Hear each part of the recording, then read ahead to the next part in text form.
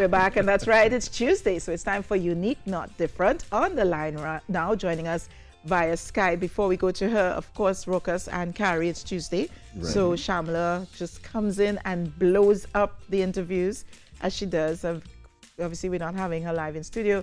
She's at home on set. Good morning, Shamla. Good morning, Lisa. Good morning, crew. I just said you at home on set, and it's true because now your home is the set. It's now part of the set, right? Yes, yes. How are you doing? I'm fine. How are you doing? I might see you guys soon. Well, let's keep off there. Let's keep praying. Let's keep praying. Yeah. Yes. But Shamla, how you fancy so this morning? Jacket and thing?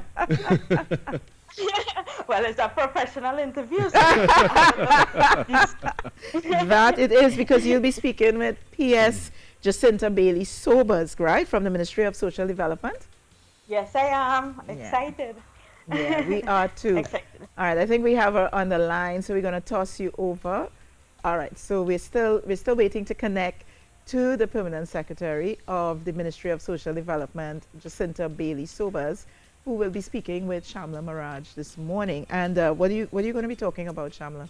We're going to talk about the various relief efforts, checks and balances, and we're going to discuss like how people can access those, and what are the protocols, and if you come to the ministry and so on, what assessment needs to be done before you could get access to these grants and reliefs and so on. What about you? How have you been doing? I've been doing good, busy, actually using my time balancing work, school, projects and so on. Yeah, because you're doing your PhD, right? Yes. And how much time again you have on that?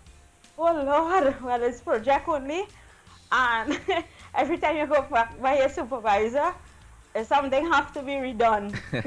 Well, listen to me, you're not doing a BS, you're doing a PhD. What was it? Yeah, you had a guest one. So-called, a professional in my field. Yeah, no. Yeah. You had a guest once on who gave us the real definition of PhD, but I can't remember it now. That was one of your early guests. Anil Wait. Yes. Yes, I can't remember it, but yeah, he was really, really funny. Yeah. Are you in touch with your guests who you had on in the past year and a half to find out how they've been coping? Yes. Some of them, actually keep in contact with me.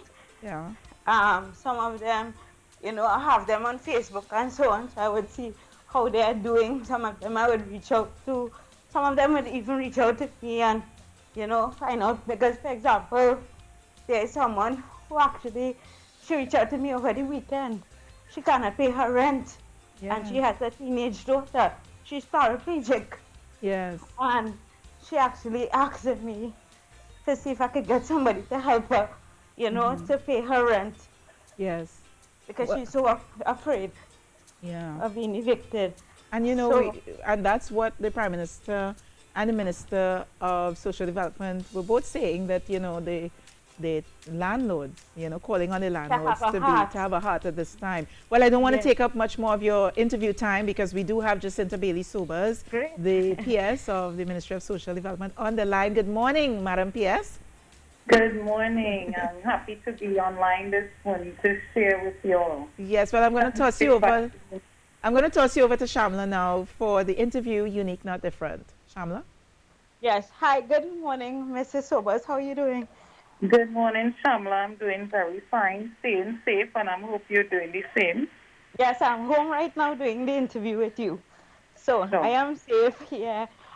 Before we begin, I just want to thank you so much.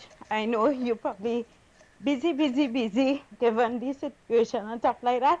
But thank you so much for taking the time and, coming on my segment to share, information that will help viewers along the way. So thank you. And so you're very welcome. The first question, right? With respect to the NGOs, I know that, for example, last night I was listening, and the Minister of Social Development was talking about different practices that the NGOs must follow in order to have a better guideline and show transparency in what they are doing. But within the process, would there be any protocols taking place to ensure that these respective faith-based organizations are, following protocols, because people are currently in need, to see, okay, are they being transparent in what they are doing, and are they reaching the right people? Sure. Well, just to be very clear, we are giving funding to the faith-based organizations. So it's not the NGOs, but the FBOs. And Right. we do have protocols in place. Actually, those and FBOs that we are giving grants are those that already have a relationship with the Office of the Prime Minister, the Ecclesiastical Affairs Division, and we have also ensured that there's an agreement that they must sign, and they also have to prepare reports and to provide their bills and receipts before they get another tranche, because the money is actually being given in tranches. Right. In terms of who they give, we don't have much control over that, but we have the view that because these FBOs have a number of satellites, their membership is broad-based and expansive across the country, that they'll be able to reach a number of the vulnerable persons, even those in remote areas. Okay, and with respect to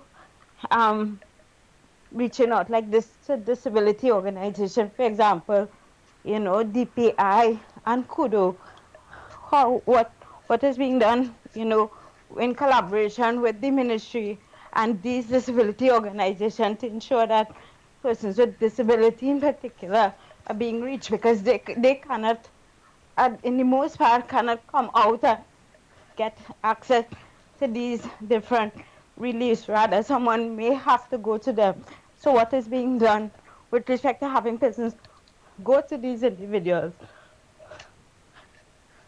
We were very aware that there will be some constraints for persons with disabilities. So even before we gave the grants to the FBOs, we introduced a call-in center emergency food initiative, where persons can actually call into the ministry and indicate that they're in need of food. They'll be asked some simple questions, but once they're eligible, the hampers will be dropped to their homes by the Ministry of Rural Development and Local Government Disaster Management Unit officers. So this is one of the initiatives where persons with disabilities could actually be incorporated, because they will be able to call from their homes and to say that, they are in need. In terms of the FBOs, though, we envisage that because we have made this initiative public, and we've been doing a lot of communication and press conferences with respect to it, that the organizations of and for persons with disabilities would actually contact the FBOs or be in touch through their network, so that they would also be able to benefit. In fact, some of those organizations have already sent lists to the ministry in terms of persons who they are in touch with, persons with disabilities who are in need, and we will usually refer those lists to the relevant organizations so they will get the help that they need. Right, and in remote, like very remote areas, for example, and I'm not sure if you're aware of this area. The name is Lalaha. You ever heard of that area? Is it Ralaha, you said? Lalaha, yeah. Okay. It's a very remote area in Blanchishes. We had done a project there, and we have no access to communication, like telephone and internet and so on. And there are other remote areas like this. It is not very densely populated, but there are very poor individuals living there. How are they being reached? Because I know to get to Lalaha, you have to actually climb, do a little bit of hiking. So How are these people being reached? Even in these remote areas, Shamla, I am very sure that there are some faith-based organizations that are operating in those areas because, I mean, we are a people that, you know, we very much oriented to God. So I know even in those areas there would be faith-based organizations reaching out, and they will be reached by this latest initiative of the ministry through the FBOs. And even so, there would be persons who are actually coming out of those areas to do business, whether it is essential services, and they too will get the information and bring it back to their communities. So I have confidence that even in those remote areas, they will be reached. Right. And with respect to collaboration, what collaboration have been happening between different ministries, specifically to addressing disabilities at this time? Well, Shara, as you're aware, a number of the ministries have been deemed non-essential, and so their officers, their staff, they're at home obeying the stay-at-home orders. However, the ministry, we have been in collaboration with respect to the COVID-19 social support measures with ministries like rural development and local government. As I told you, they are delivering hampers for us. The Ministry of Labor, Small Enterprise Development, we were doing actually the COVID measures in collaboration with them. We also in collaboration with Office of the Prime Minister, the Ministry of Education, Finance, and of course Agriculture, Land and Fisheries with the initiative of the food basket that would be delivered to MPs for persons in need. So we've been in touch with a number of ministries, not specifically focused on persons with disabilities.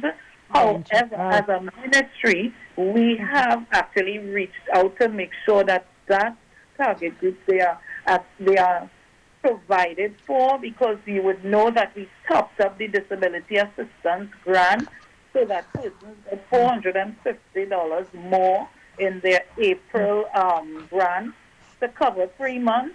And that included all the existing 24,000 persons on the grant, including the 1,535 children.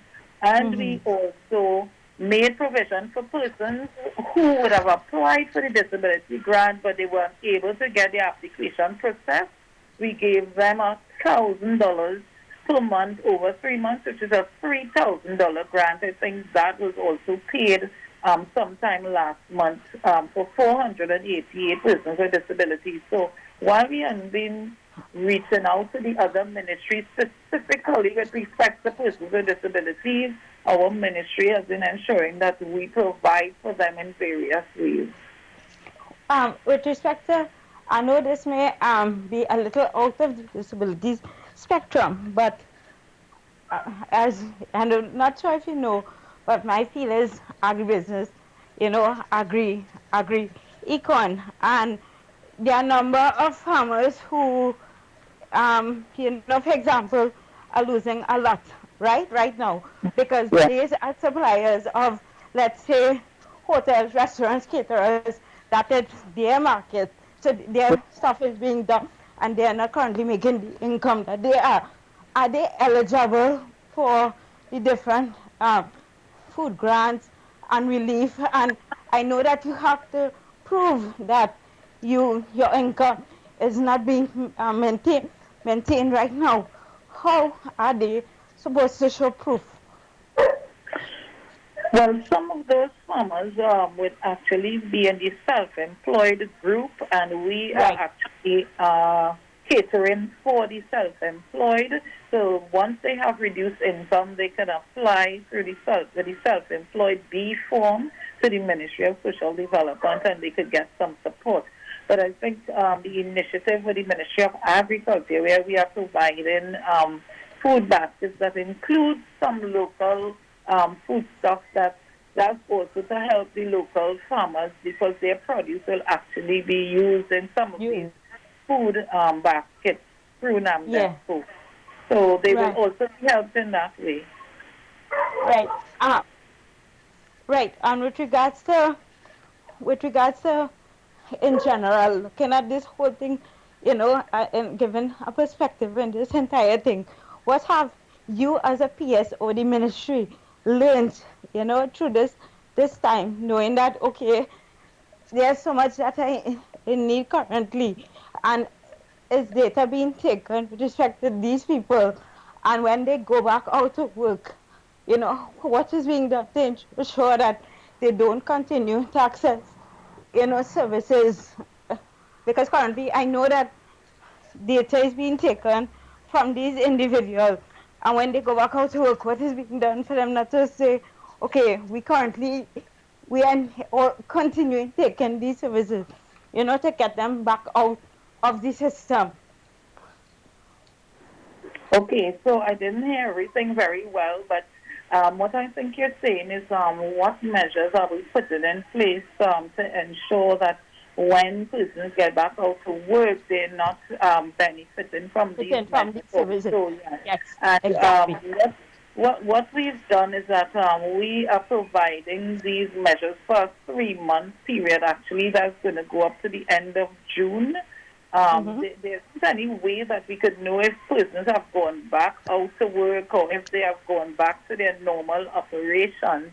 But given that we are on the stay-at-home order until the middle of May, and anticipating that even if we relax it a bit at the middle of May, that not all of the operations will be recommencing, that we are going to start back probably in a phased way. So a lot of people may still be at home. So we believe that not many people are going to be benefiting from being back to work, and also the measures. We feel too that the assistance that we are providing is going to cover them for the period that they will actually be at home for most persons, even especially since it's self-employed, and it's going to take some time for work to pick up again.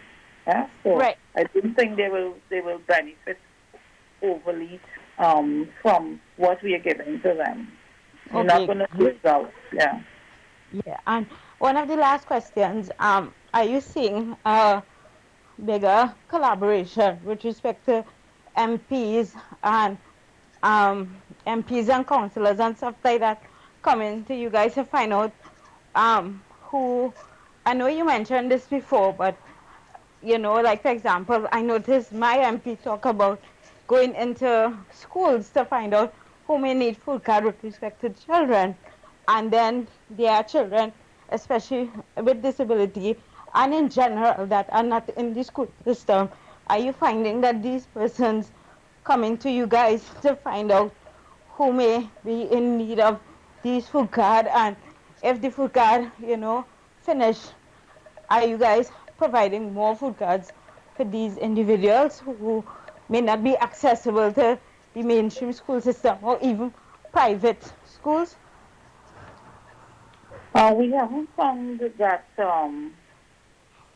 we haven't been going to the councillors, but persons have been actually calling into the ministry to get information. However, with respect to the food cards and children who are not in the system, that will actually be very few, because even if you're in a special school, you're still going to be considered being in the system.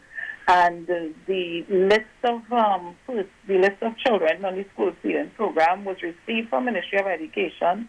So once the school was on the list, those children would be eligible, and their parents would also be eligible for getting the food support.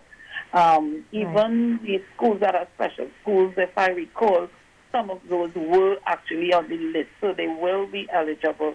And according to the process, as you know, the cards were all given, all 500 each to the MPs, so that they could get to the persons that are on the list. So once they're living in that constituency and their names come up on the list, the MPs should have called and asked them to come in for a card. So actually the way we have done it, if they have slipped through the cracks for some reason, they are still going to be eligible through the other food initiatives. So we feel that everyone, Shamla, will be covered. No one will be left behind. Okay. And in closing, what would you just like to get? What message would you like to give? The Republic of Trinidad and Tobago. What message would you like to offer to them?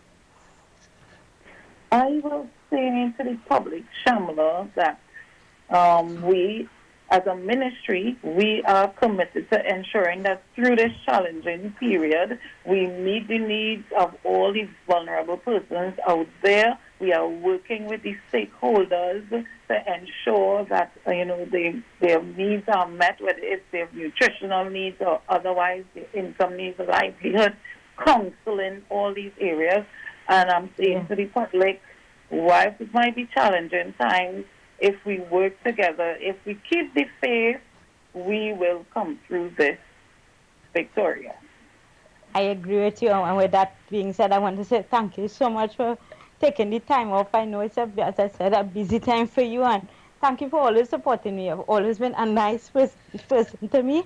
And I will always remember you for that. So thank you so much, Mrs. Jacinta, really so much. It was a pleasure offering all the advice and also providing the information to you and to the public at large.